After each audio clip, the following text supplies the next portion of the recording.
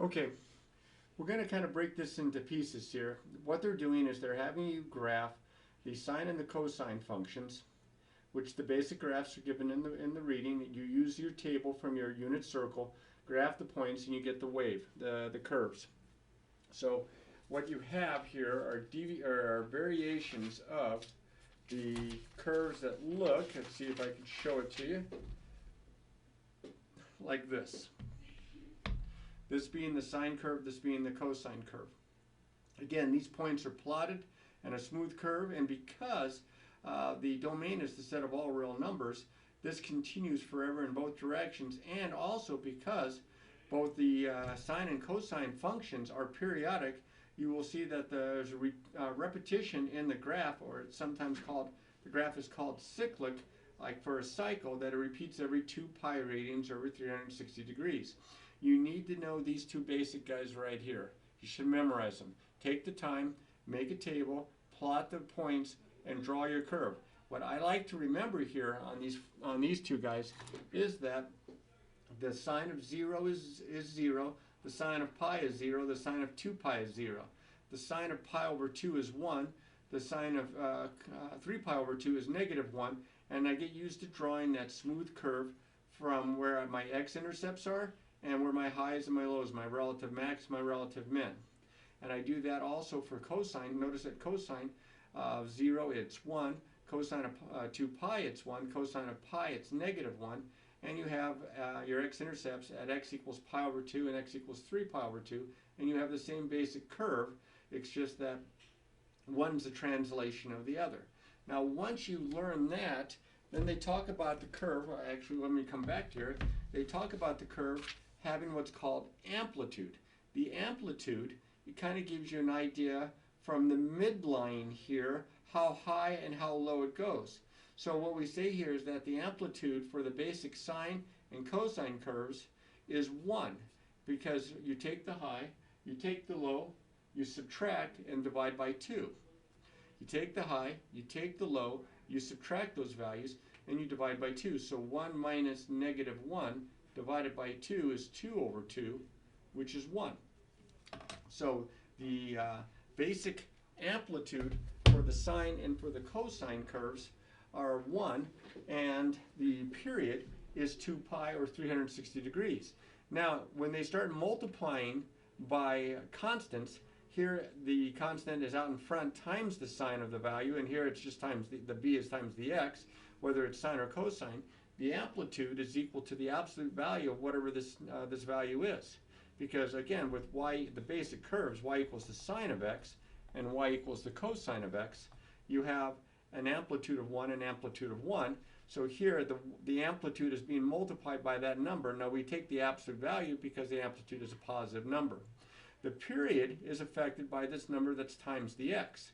So if we want to find the period of the new function that's been transformed this way, we take the original period and we divide it by the absolute value of this number, because sometimes b is positive, sometimes b is negative, and we want the period to be a positive number.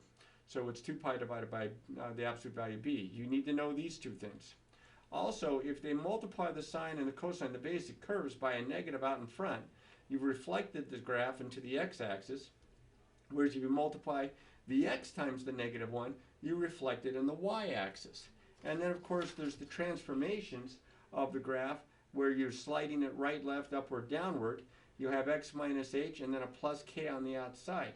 So if h is positive, it slides to the right. If h is negative, it slides to the left, where it's kind of the opposite of what it looks like. Same thing here. And if the k is positive, it slides upward or translates upward that many units, and if k is negative, it translates downward that many units. These are the basic things that you need to know for the transformations for the basic graphs for sine and for cosine. So the problem started out asking you to find, if I'm not mistaken here, they ask you to find the period and the amplitude for these curves. Yeah, find the period and the amplitude. Well, the period for problem number 1 here is based on this number. So, excuse me, the amplitude is based on this number. The amplitude is the absolute value of this number, so the amplitude is 3. The period is based on this number. Now remember that for sine and for cosine, the period is 2 pi. So if you have 2 pi divided by the absolute value of this number, which is 2, that the period becomes pi. It's just that simple. So what does that do? The amplitude being 3 stretches it out vertically. The period being cut in half squeezes the graph in. It compresses the graph horizontally.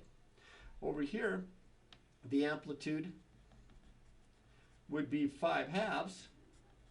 The period, now this is the same as 5/2 the cosine of 1/2 x. So the constant b here is 1/2, so I'm going to take 2 pi and divide it by 1/2, which is the same as multiplying by the reciprocal, so it stretches it out. Period becomes 4 pi. So 5/2 is bigger than 1. It's still vertically stretching it, but this is going to horizontally stretch it out. Over here, the amplitude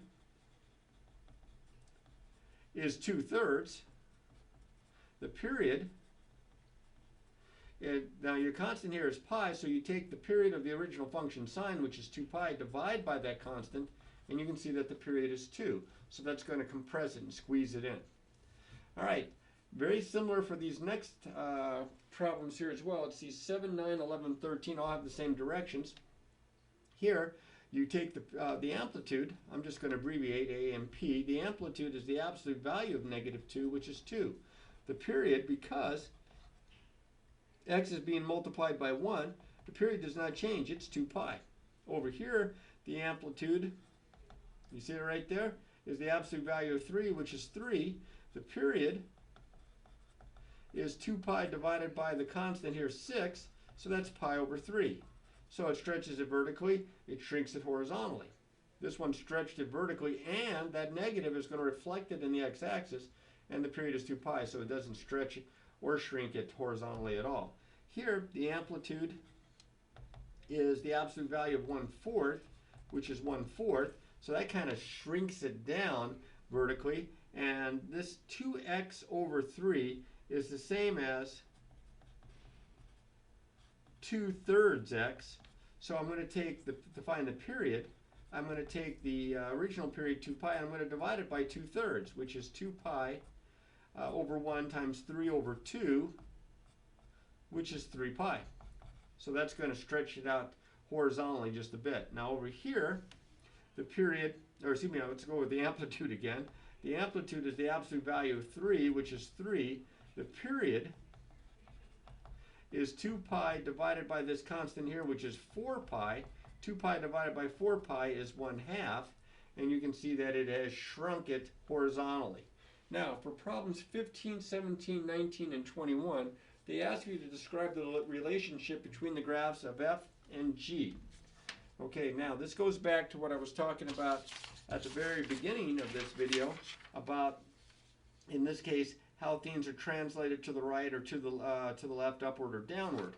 Well, in this case, you can see the only difference here in these two graphs is that there's a minus pi. So g is a translation, I should say, horizontal translation, if I can spell it right, of f, pi units to the right. Okay, now I know it's a minus pi, so it looks like it should be to the left, but inside the parentheses, it's kind of the opposite of what it looks like. Now here, these two graphs are exactly the same, except this one's got the negative. And the negative out in front, remember, the negative out in front is a reflection in the x-axis. So f, or I should say g, is a reflection in the x-axis of the graph of f. That would be one way to describe it. Now here, there's two things actually being done. You've got the cosine of x, and you've got -5 times the cosine of x. The negative reflects it in the x, but the 5 stretches it out vertically by a factor of 5. So g is a reflection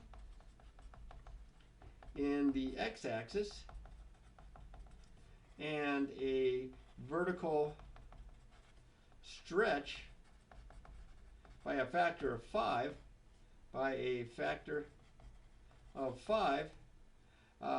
of the graph of f. Now in this one, This is the same, but they've added 4 to it, a positive 4 being added to that. So that's going to be, like the plus k here, that's going to be a vertical translation. So G is a vertical translation or shift of 4 units upward of the graph of f. And that shows you how to do those. Now, the next thing that's up, there are some graphs to draw here. Now, what I think, unless I left my papers behind, is that I found some graph paper that's kind of specialized for trigonometry. So first things first, they want you to graph both of these on the same set of axes. So I have a red pencil somewhere. There it is. And what I'll do is I'll graph the first one in regular pencil, and then I'll graph the second one in red pencil. Now, if you look at these two, the only difference is that this guy here has been multiplied by -2. See, this negative out here in front, -2 times -2 is going to be a positive 4. So the graphs are going to be very similar, except that this negative reflects it in the x and this positive doesn't. So first things first, kind of dotted here, I'm going to graph sine. So we'll make now we're going to make this 1, and this will be -1 down here. So for regular, just good old regular sine, it would look like this.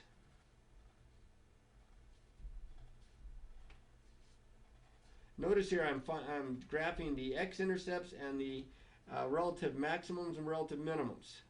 Let's see if I can make it look halfway decent here. I haven't graphed a bunch of trig functions lately, so I'm a little out of practice. Now that's, I was going to make that dotted. Okay, here it is, dotted. Well, if I have a better pencil, dotted.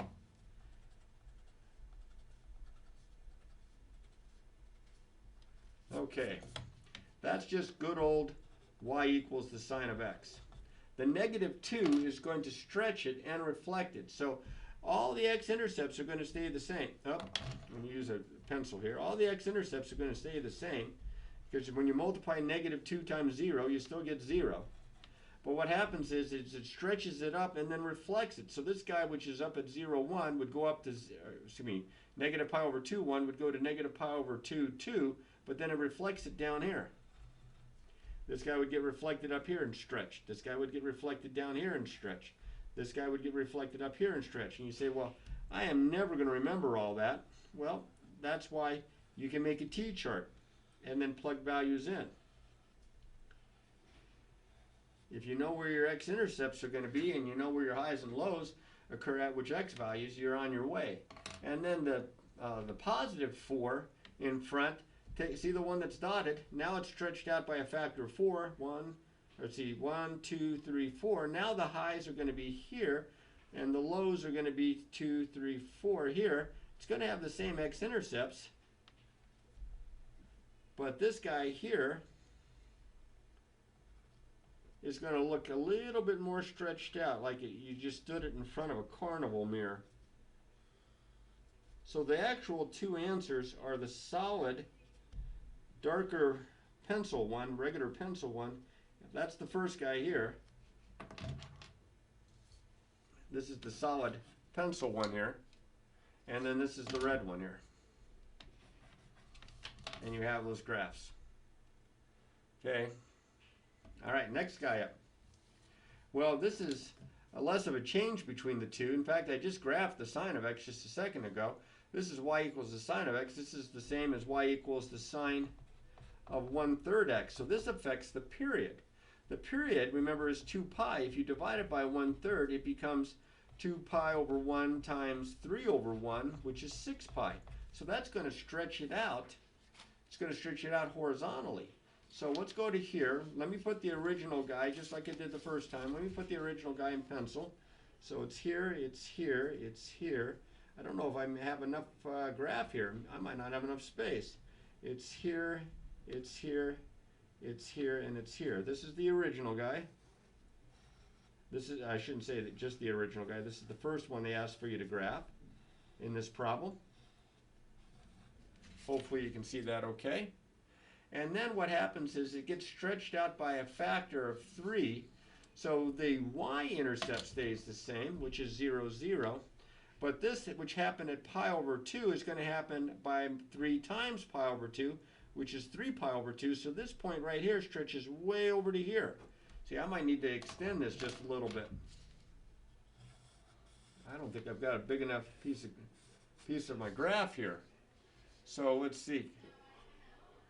Let's see if we can get it stretched out a little bit more here.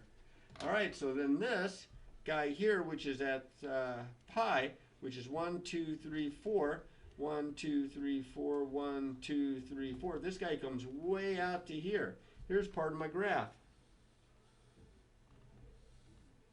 It's really stretched out. It got kind of skinny looking. And then this guy over here, 2, that's going to happen at negative 3 pi over 2, and then way out here is going to happen at, so you're going to get something that looks more like this. I went below, but I shouldn't have.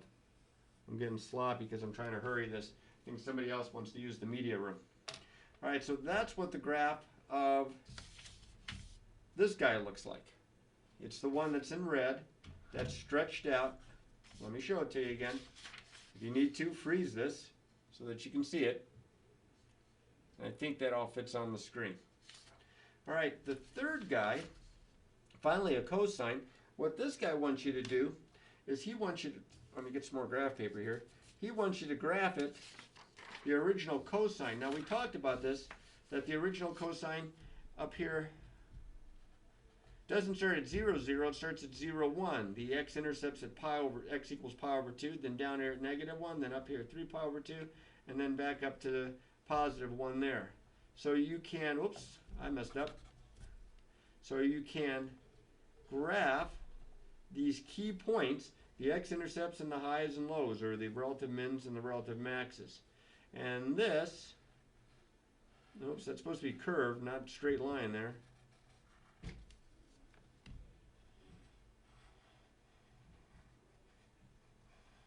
All right, so I get this guy. This is just good old cosine of x. The 4 is just going to add 4 to it. It's going to move it up 4 units. So every one of these key points, I'm just going to move up 4 units. 1, 2, 3, 4. 1, 2, 3, 4. 1, 2, 3, 4.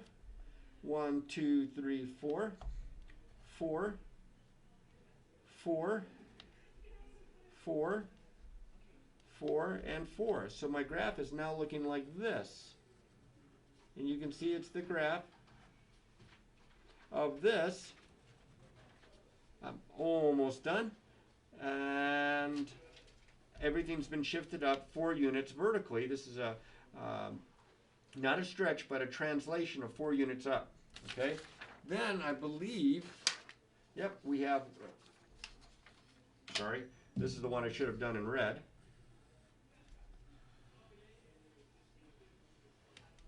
Okay, so what happens here is that this guy here got shifted up 4 units. This is the original one. This is the cosine of x. And then the 4 plus cosine of x is the one in red. This is the one in red right here. And there it is. Okay, next guy up, this one here. Now what happens is they automatically change the cosine of x by putting a negative in front. So that's going to reflect it in the x-axis. So you see how this one was above. If I reflect this in the x-axis, I'll make it dotted. It's going to look like this.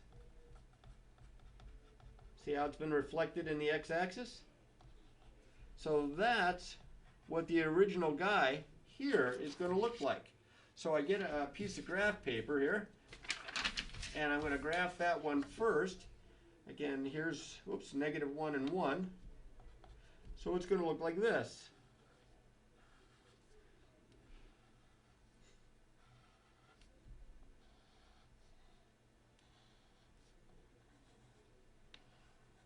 Now, what they're going to have you do is after you have that graph, that's this, they're going to shift it pi over 2 units to the right. X minus pi over 2 means it's going to go to the right, kind of the opposite of what it looks like.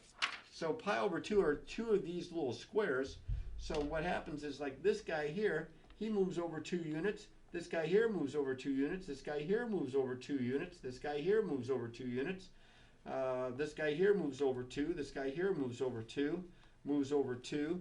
And moves over 2. Oop, wait a minute. Over 2 here. So that would get you back to here. So it's going to look something like this.